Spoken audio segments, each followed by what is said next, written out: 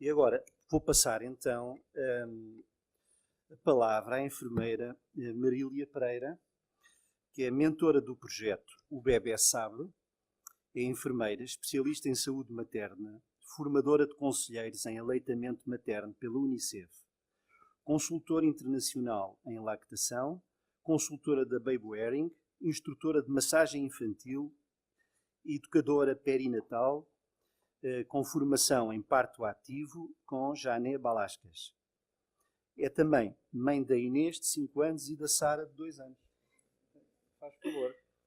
Muito... Ai, fechei isto. Muito obrigada, professor Paulo Mota Marques. Queria, antes de mais, agradecer o convite para estar aqui presente à comissão organizadora, na pessoa do Dr. Hélder Chambel e também da doutora Rita Guerreiro, uma amiga e companheira também aqui nestas lides da maternidade e da parentalidade. E eu aproveitei este convite para fazer aqui um bocadinho uma reflexão também enquanto enfermeira, especialista em saúde materna, muito dedicada também à área da parentalidade, portanto desde sempre, e muito também na área da preparação para a parentalidade, os cursos de preparação para o parto, e um bocadinho aquilo que eu também fui vivendo e que fui alterando com a minha própria experiência depois também de maternidade. E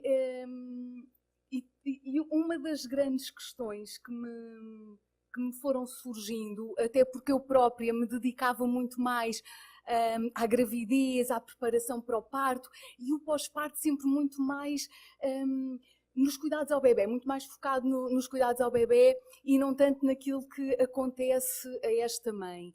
E até que ponto é que nós, enquanto enfermeiros, até que ponto é que podemos mudar, não é, aquilo que fazemos ainda durante a gravidez. E eu acho que às vezes é um pouco complicado, porque na gravidez os pais estão muito mais focados para o parto, a mãe, essencialmente, o pai eventualmente, os cuidados ao bebê é uma área que lhes interessa também bastante, porque se sentem também aqui mais capazes e é um papel que lhes parece também mais interessante, e portanto eu não sei até que ponto é que nós podemos alterar estas práticas e falarmos mais sobre aquilo que efetivamente acontece na nossa vida com o nascimento de um filho.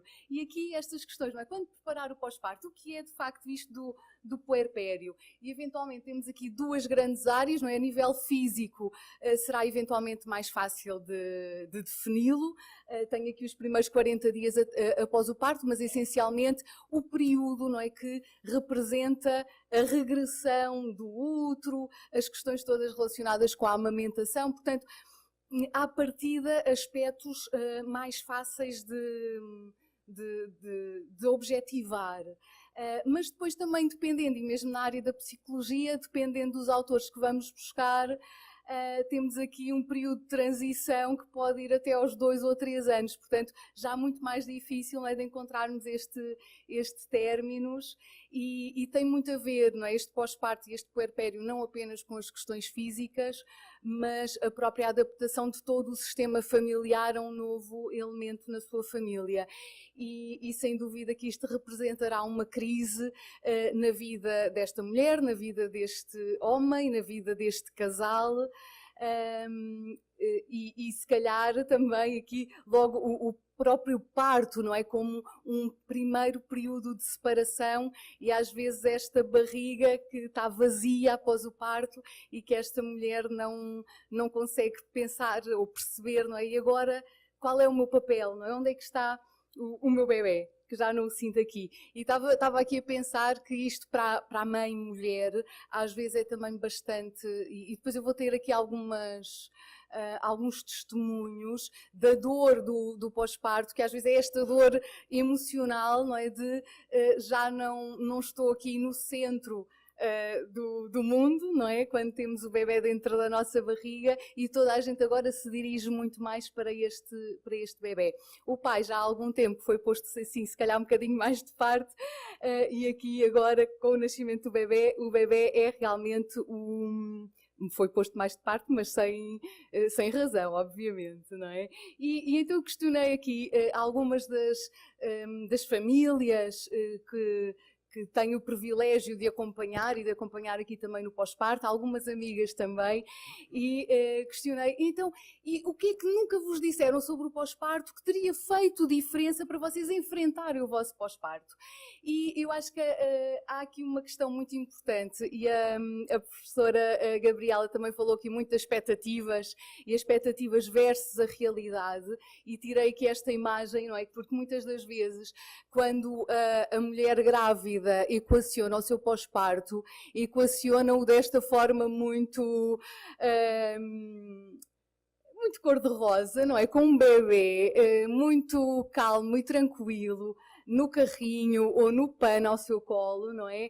E temos tempo para fazer tudo, não é? Para tomar cafés com as amigas, para fazer cursos online, é neste pós-parto que eu vou pôr a leitura em dia. Temos realmente imenso tempo. E depois, confrontadas com a realidade, e aqui eu às vezes questiono até que ponto é que eu também não fui culpada, não é? Por manter esta expectativa irrealista. Na realidade, um bebê exige imenso, não é? E a vida muda muito num primeiro filho, num segundo filho, num terceiro filho, portanto temos sempre outros desafios.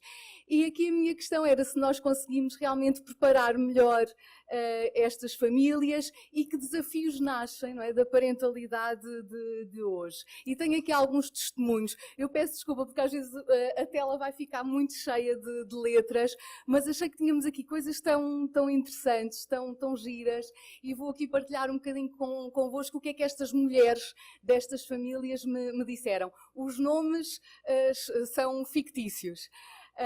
E houve aqui uma mãe que me disse solidão. O principal sentimento, aquilo que para que ninguém me tinha preparado, era realmente para a solidão do pós-parto. Foi duro. Nunca pensei que um filho me mudasse tanto e que com isso levasse a sentimentos de solidão e afastamento de pessoas. Na altura, pessoas importantes. Agora sei que a vida nos dá espaço para ganharmos novas pessoas. Como eu ganhei a Rita também. E uma coisa importante que ninguém me disse, mas fez todo o sentido, e andei a lutar contra isso durante meses. Segue o teu coração. E aqui eu se calhar também sou um bocadinho culpada, não é? Porque nestas aulas de preparação para o parto nós damos ou sentimos a necessidade de dar as receitas. E depois perde-se um bocadinho seguir o instinto, seguir o coração, o olhar para o nosso bebê. O nosso instinto é poderoso, mais do que aquilo que aprendemos, conselhos não desejados, métodos infalíveis e comparações entre pares, porque isto também de ter um filho, depois lá está o que a professora Gabriela dizia, não é? Se postamos a fotografia com o filho a uma determinada hora, num determinado local, as comparações entre os pares, não é? Já está toda a gente a dizer o que está bem ou o que está mal, também nunca fazemos as coisas corretamente para toda a gente. Depois ali uma outra mãe, esta primeira mãe tinha uma menina e estava agora grávida da segunda. Ali, a Bárbara, mãe de 2 meninos, dizia-me que um dos principais desafios foi de facto a amamentação. E esta é muito falada nos cursos de preparação para o parto, mas ela dizia que no primeiro filho estava a milhas de prever o desafio que constituiu no início a amamentação para mim. Senti falta de apoio e a quem recorrer. Eu acho que aqui nós hoje em dia, na sociedade atual, temos muito esta falta de apoio da família alargada. Que há uma frase que diz que para criar um filho é preciso uma tribo, não é, inteira, algo assim deste género. Portanto, e nós, esta tribo, vamos às vezes, lá está, com os grupos do Facebook, com as coisas boas ou más que isso possa ter, mas às vezes são realmente estes apoios. E eu acho que é sem dúvida algo bastante importante. Depois aqui outra mãe, de um menino e de uma menina, dizia-me que o principal sentimento, aquilo que realmente que prevalecia do seu pós-parto era a frustração. Desculpem, porque idealizava coisas para fazer num dia e saía tudo ao lado. Lá está aquela mãe que esperava no pós-parto ir tomar cafés e fazer cursos online e de repente aquele bebê lhe ocupava o dia inteiro. Às vezes chegava mesmo a não acontecer nada, como se estar um dia inteiro com o nosso filho não se passasse nada, não é? Mas falo de coisas tão básicas como rotinas de higiene pessoal, da casa, alimentação, ir ao supermercado. Senti-me surpreendida por isso e zangada comigo por me sentir incapacitada de realizar os projetos que desejava. Lá está as expectativas e a realidade que não estariam tão adequadas assim, que depois levam a este tipo de sentimentos também de frustração.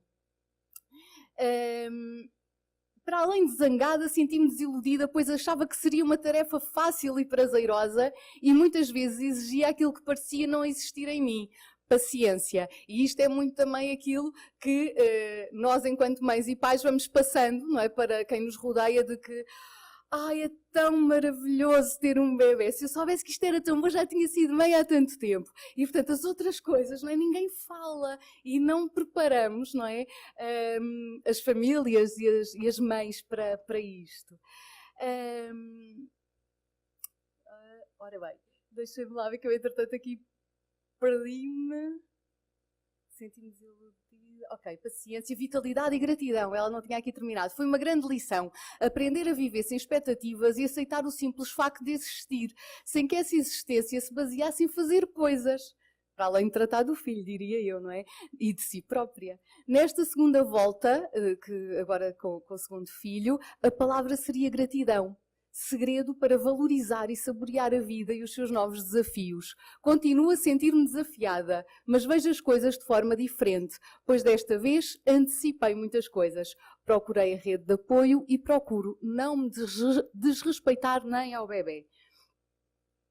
Ali a Diana diz-nos, foi impressionante a solidão, mais uma mãe que referiu a solidão é aqui muito referida, uma solidão muito própria das mães, primeiro porque mãe e pai são coisas diferentes, depois porque nós somos mães diferentes das nossas mães e porque às vezes os amigos ficam longe.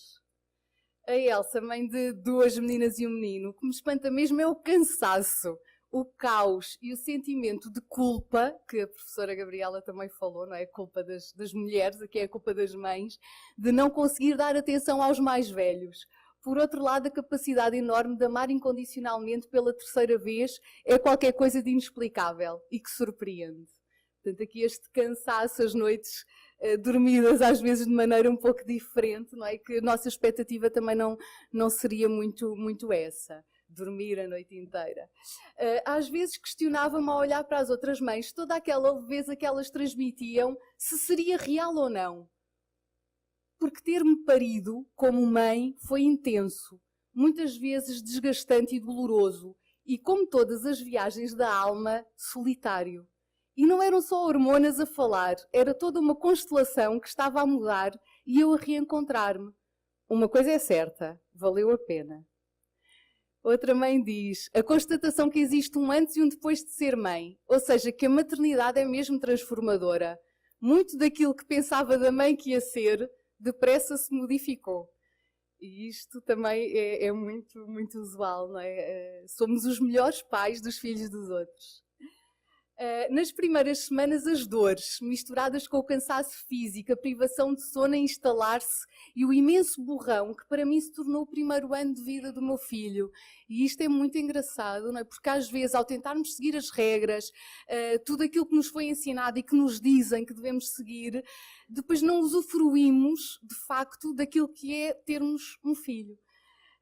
Perdida num corpo que não reconhecia, numa maternidade transformadora de prioridades e novos valores, num eu que não era eu. Ou era eu, mas onde estava o meu outro eu que eu tanto gostava. Perdida no cansaço e na memória, deste que sempre foi o meu grande trunfo, não é? Que me pregou tantas partidas. O nascimento de uma mãe é muito violento, ou pelo menos aqui foi. E perceber que mãe é mãe não era só um clichê, saiu-me do corpo, mas sobretudo da expurgação da alma. Eu tive aqui alguns relatos e aqui penso que já será o último, desculpem-me. A solidão no início da gravidez é horrível. Aqui, desculpem, não seria da gravidez, seria no início do pós-parto. Não percebo porque é que nenhuma mãe me disse como é que isto era, nem a minha irmã, que tinha sido mãe há 3 meses antes. Fico triste e arrependo-me do início da minha gravidez. Desculpem, aqui seria novamente do pós-parto, porque não estava preparada. Mas será que alguma mãe está? E, portanto, aqui a solidão, o cansaço, as questões da amamentação, da frustração, e aqui estamos a pensar muito na mulher-mãe. A expectativa versus a realidade, a falta de apoio, de suporte que muitas das nossas famílias acabam por ter, especialmente, estou a pensar aqui na zona de Lisboa, por exemplo, nas grandes cidades, em que muitas das vezes, antes de serem mães, nunca contactaram com outros bebés, com outras famílias, com crianças pequenas. E aqui a mulher-mãe, aqui os papéis, eu esquematizei de uma forma um pouco diferente, mas penso que acabamos por ter aqui que depois da mulher ser mãe, continua a ser mulher, mas continua a desempenhar todos os seus outros papéis, não é? Continua a ser amiga, continua a ser filha, continua a ser esposa, aqui esposa barra amante, portanto também aqui no sentido de continuar a ser mulher daquele homem, não é? Que é o pai dos seus filhos, ou de outra mulher, aqui não indo também para estereótipos de género, e que muitas das vezes o mundo se centraliza naquela criança ou naquelas crianças pequenas e as outras relações às vezes são um pouco descuradas. E a mãe trabalhadora, que muitas das vezes também se espera que continue a desempenhar logo, 4, 5 meses depois, o seu papel, tendo todas as suas competências, não é? E aqui, em relação à mãe trabalhadora, eu trabalho muito com famílias que optam cada vez mais por a parte do papel enquanto trabalhadora ser um bocadinho adiado através das possibilidades que temos, mesmo através da nossa lei, não é maravilhosa, mas temos algumas possibilidades de licença alargada que cada vez mais mulheres têm. Temos também aquelas mulheres que optam por deixar a sua vida profissional um bocadinho em stand-by e dedicar-se inteiramente aos filhos, e às vezes a meio deste percurso começam a pensar, mas sinto falta de mais alguma coisa, e agora? Mas eu queria só pôr o meu bebê na creche aos 3 anos, e agora se o puser com 1 ano, não é? Será que vou ser má mãe por isso? Portanto, depois aqui há muitas estas expectativas também, quer para aquelas mulheres que se espera que comecem logo a trabalhar, quer para as outras que deixaram tudo isto em stand-by e afinal os outros papéis também são importantes. E depois, só aqui para terminar, e estamos a falar aqui muito do bebê como alguém que tem imensas necessidades, mas esta mãe, ou esta mulher que é agora mãe, ela tem que cuidar de si para conseguir cuidar dos seus.